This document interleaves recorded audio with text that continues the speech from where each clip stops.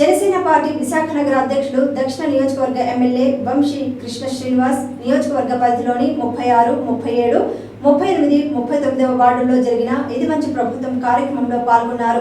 36, 37 వార్డుల ఇది మంచి ప్రభుత్వ కార్యక్రమం అంబేద్కర్ కళ్యాణ మండపంలో, 38వ వార్డు ఇది మంచి ప్రభుత్వం కార్యక్రమం విశ్వబ్రాహ్మణ కళ్యాణ మండపంలో, 39వ వార్డు ఇది మంచి ప్రభుత్వం కార్యక్రమం మత్స్యకార కళ్యాణ మండపంలో జరిగింది. ఎమ్మెల్యే వంశీ కృష్ణ మాట్లాడుతూ ప్రజలకు 100 రోజుల కూటమి పాలనలో జరిగిన లబ్ధి గురించి వివరించారు. దక్షిణ నియోజకవర్గంలో ఎన్నడూ లేని విధంగా అభివృద్ధి చేస్తానని, ఎన్నికల సమయంలో ఇచ్చిన హామీలను తప్పకుండా పాటిస్తానని హామీ ఇచ్చారు. ఇది ప్రజా ప్రభుత్వమని, ప్రజలే పాలకులని తెలిపారు. నియోజకవర్గంలోని అన్ని వార్డుల్లో ఇది మంచి ప్రభుత్వ కార్యక్రమాలను నిర్వహించామన్నారు.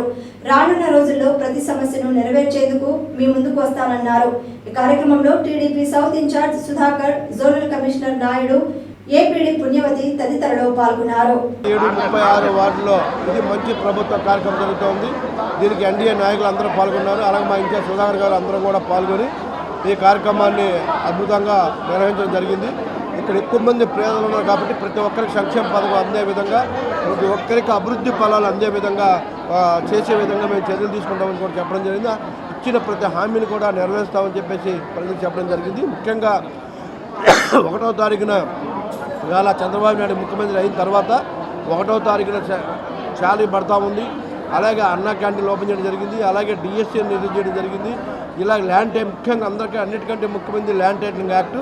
ఆ యాక్ట్ కూడా ఇవాళ రద్దు చేయడం జరిగింది. కాబట్టి ప్రజలందరూ కూడా సుఖ సంతోషంతో హ్యాపీగా ఉన్నారు. ప్రతి ఒక్కరు కూడా హ్యాపీగా ఉన్నారు. ఇచ్చిన మాట నిలబెట్టుకున్నందుకు రానున్న రోజులు ఇంకా కూడా ఉన్న సంక్షేమ పథకాలు అన్నీ కూడా వచ్చే విధంగా చర్యలు తీసుకుంటామని చెప్పి చంద్రబాబు నాయుడు చెప్పడం జరిగింది. కాబట్టి ప్రజలందరూ కూడా ఒక రాక్షస పరిపాలన పోతే ఏ విధంగా అయితే ఆ రోజు దీపావళి పండుగ చేసుకున్నారో ఇవాళ ప్రజలు అదే విధంగా హ్యాపీగా ఇవాళ ప్రజలందరూ ఉన్నారు. ఇచ్చిన ప్రతి హామీని కూడా మేము నెరవేరుస్తామని చెప్పి చెప్పడం జరిగింది.